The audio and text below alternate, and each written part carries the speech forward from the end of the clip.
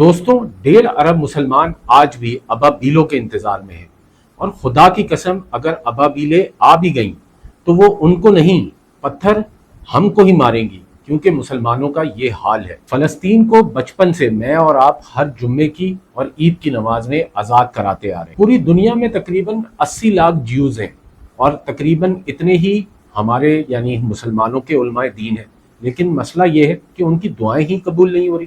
کیونکہ دوستوں ہمارے علماء دین کا حال یہ ہے کہ وہ کسی چیز پر اتفاق ہی نہیں کرتے، اور پھر امت کا حال کہ وہ اس حد تک ڈیوائیڈ ہے کہ کوئی شیعہ ہے تو کوئی سنی، کوئی مالکی ہے، کوئی سلفی ہے، کوئی حنبلی، اور تقریباً 57 اسلامک اسٹیٹس ہیں، اور مزے کی بات ہے کہ تمام ہی اسلامک اسٹیٹس کسی نہ کسی ایشو پہ ڈیوائیڈ ہے۔ اوپر سے مسلمان رہنماؤں کا یہ حال ہے کہ سعودی عرب جس کی طرف پوری اسلامی دنیا ایک رہنما کے طور پہ دیکھتی ہے، وہاں کس طرح کلچر، فیوچرسٹک اپروچ اور ماڈرنائزیشن کے نام پر رقص و سرور کی محافل آرگنائز کی جا رہی ہیں۔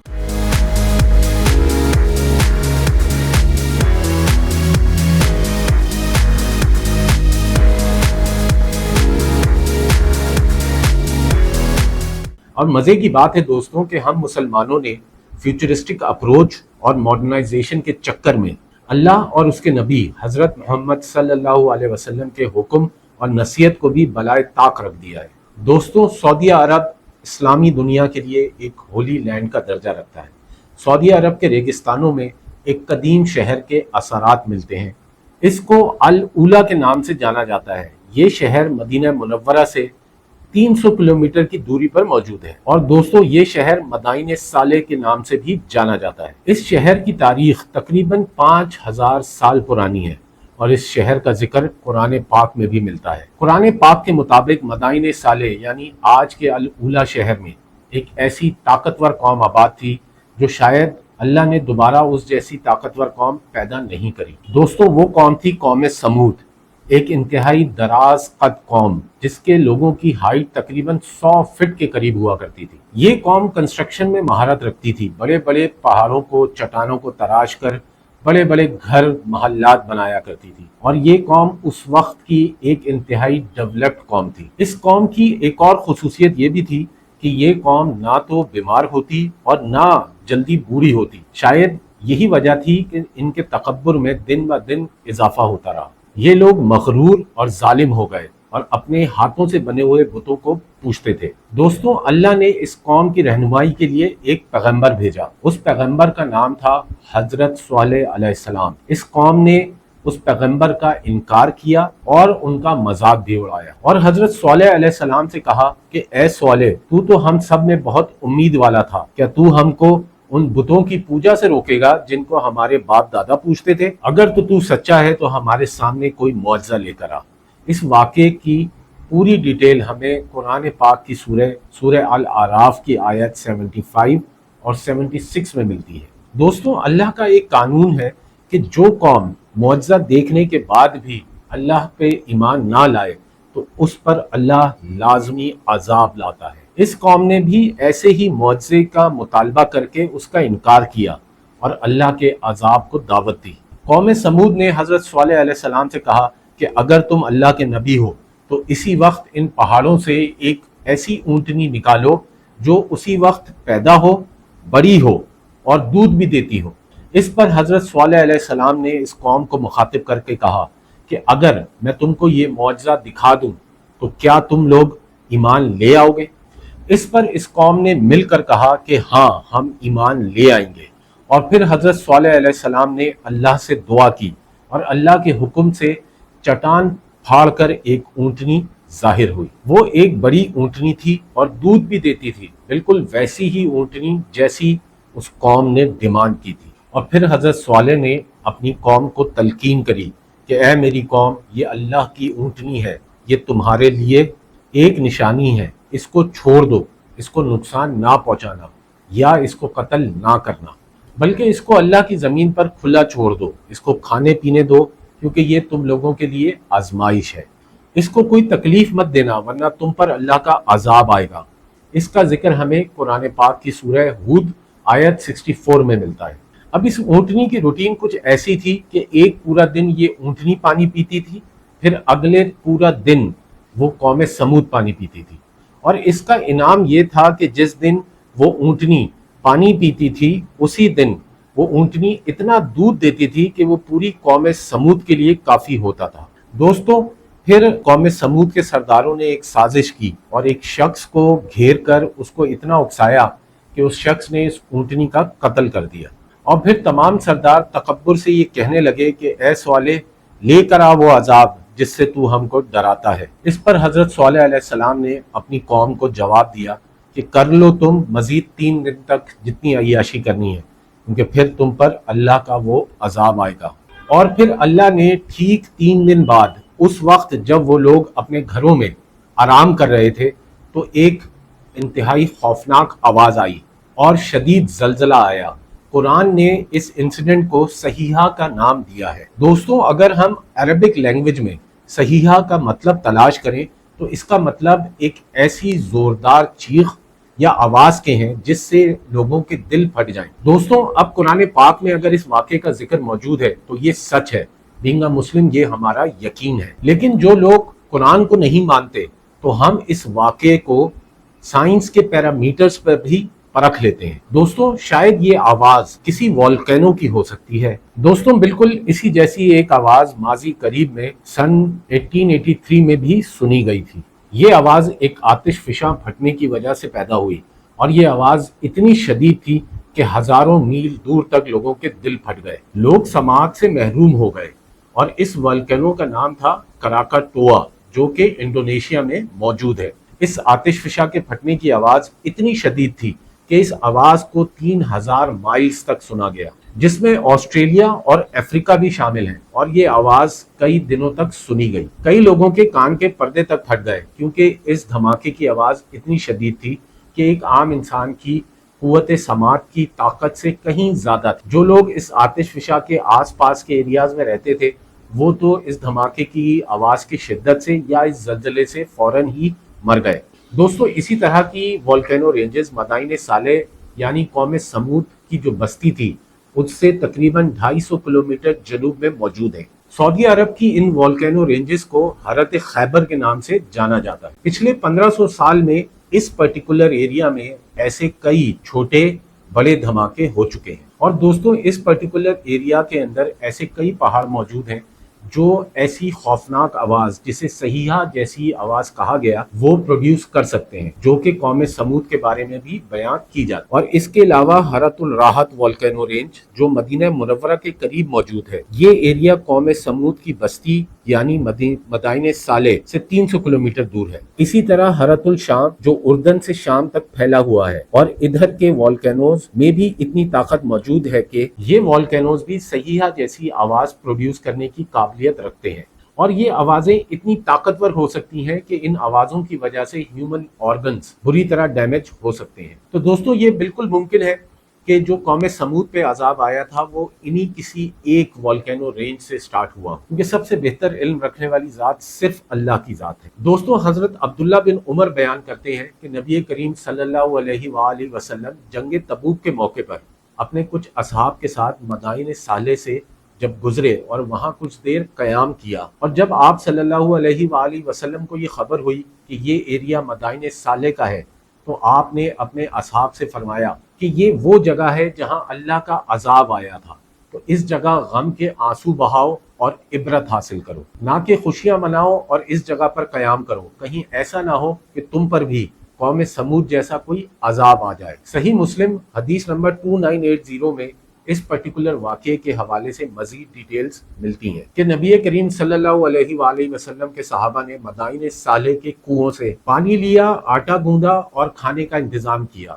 نبی کریم صلی اللہ علیہ وسلم نے یہ دیکھ کر حکم دیا کہ آٹا جانوروں کو ڈال دو اور پانی بہا دو، اور پانی صرف اسی کنویں سے لو جہاں سے حضرت صالح علیہ السلام کی اونٹنی پانی پیا کرتی تھی۔ دوستو، اس حدیث کو پڑھ کر ایک چیز تو صاف طور پہ واضح ہوتی ہے کہ عذاب والی جگہ پر خوشیاں منانا، وہاں رکنا یا اس جگہ کو کسی دنیاوی چیز کے لیے استعمال کرنا، اللہ اور اس کے نبی حضرت محمد صلی اللہ علیہ وآلہ وسلم نے سختی سے اس چیز کو منع فرمایا ہے، کیونکہ عذاب والا ایریا بالکل قبرستان کی طرح ہوتا ہے۔ اس جگہ سے عبرت حاصل کرنی چاہیے۔ اور دوستوں مدائن صالح اس لیے امپورٹنس رکھتا ہے کہ اس پرٹیکولر جگہ کے حوالے سے اللہ کے نبی حضرت محمد صلی اللہ علیہ وآلہ وسلم نے خود یہاں رکنے کھانے پینے سے منع فرمایا ہے اور حکم دیا ہے کہ اس ایریا سے فوراً نکل جاؤ، اور اگر ایسا نہ کرو گے تو تم خود اللہ کے عذاب کو دعوت دو گے۔ لیکن دوستوں اللہ کے نبی کے اتنے واضح حکم کے باوجود پچھلے دنوں سعودیہ عرب میں ویژن 2030 کے تحت اس عذاب والی جگہ پر نہ صرف فیسٹیول لگایا گیا بلکہ رقص و سرور کی محفل بھی سجائی گئی۔ مجھے پتا ہے دوستوں یہ ویڈیو دیکھ کر آپ کو بالکل یقین کرنا مشکل ہوا ہوگا کہ یہ سعودیہ عرب جیسے مسلم کنٹری کی ویڈیو ہے، کہ جس جگہ کو اللہ کے نبی نے عبرت والی جگہ قرار دیا اور اپنے اصحاب کو اور اپنی امت کو واضح طور پر اس جگہ پر رکنے کا اور یہاں خوشیاں منانے کا منع فرمایا۔ اور اس امت کا حال تو دیکھیں، اللہ کے اور اللہ کے نبی کے اتنے واضح حکم کے باوجود وہ اللہ کو چیلنج کر رہے ہیں، اور بالکل قوم سمود کی طرح چیلنج کر رہے ہیں کہ اگر عذاب لا سکتے ہو تو ہم پر عذاب لا کے دکھاؤ۔ یہ فیسٹیول ایک جرمن گروپ نے آرگنائز کیا ہے اور یہ ایریا مدائن صالح کا ہی ایک ایریا ہے۔ دوستوں پچھلے دنوں مکہ جیسے حرمت والے شہر سے 80 کلومیٹر دور جدہ کے اندر ایک اسی طرح کی محفل سجائی گئی۔ دوستوں یہ ویڈیو دیکھ کر آپ کو کہیں سے ایسا لگ رہا ہے کہ اسلامی روایات کی پاسداری کی جا رہی ہے، یا صرف کلچر اور ماڈرنائزیشن کے نام پر ہم اپنی روایات کی دھجیاں اڑا رہے ہیں؟ دوستوں قوم سمود کا واقعہ یا اس ایریا کے بارے میں حضرت محمد صلی اللہ علیہ وآلہ وسلم کی حدیث سنانے کا قطعی مقصد یہ نہیں ہے کہ صرف سعودیہ عرب میں ہی اللہ اور اس کے نبی کی نافرمانی ہو رہی ہے۔ تقریباً ہر اسلامک کنٹری کے اندر ہم کو اس طرح کے واقعات نظر آتے ہیں، بس ان کی نوعیت الگ الگ ہوتی ہے۔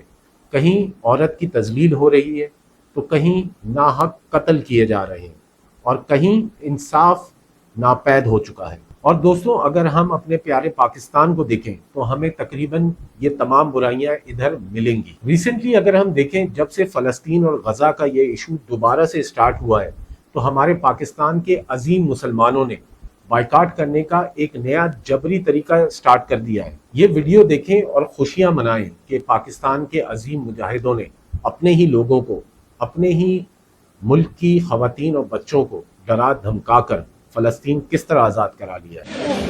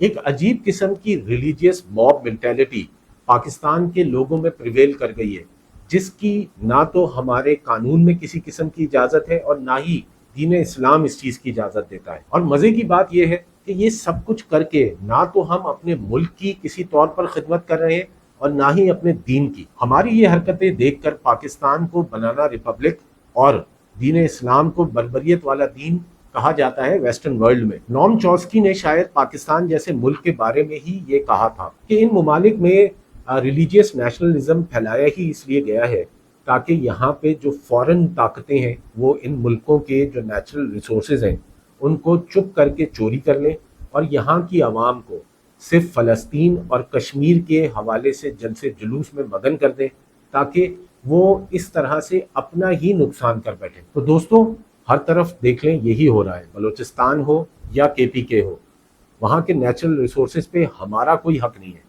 دنیا وہاں سے ان ریسورسز کو ایکسٹریکٹ کر رہی ہے اور لے جا رہی ہے۔ اور مزے کی بات ہے کہ پاکستان وہ ملک ہے جہاں پہ اپنے لوگوں کو بنیادی حقوق ملتے ہی نہیں ہیں، پھر چاہے وہ تعلیم کا حق ہو۔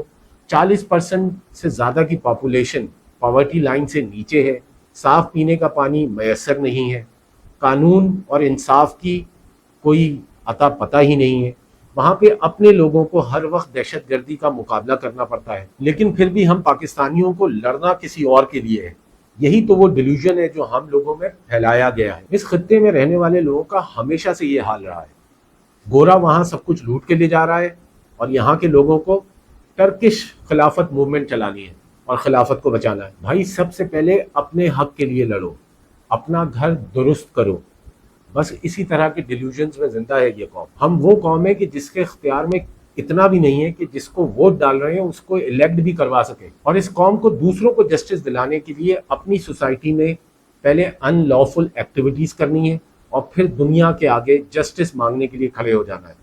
وجہ صرف اتنی ہے کہ یہ قوم پریکٹیکلی تو کچھ کر نہیں سکتی۔ دوستوں، آج میرا یہ سب باتیں کرنے کا مقصد صرف اتنا ہے کہ بینگ اے مسلم یا بینگ اے مسلمان، ہم کو اور ہماری پوری سوسائٹی کو یہ سوچنا پڑے گا کہ ہم جو عمل یا جو اعمال کر رہے ہیں کیا وہ کسی بھی طرح اسلام یا اس کی ٹیچنگز کے مطابق ہیں؟ کیا اس طرح سے ہم غزہ، فلسطین، کشمیر یا کوئی بھی اور ملک آزاد کروا سکیں گے؟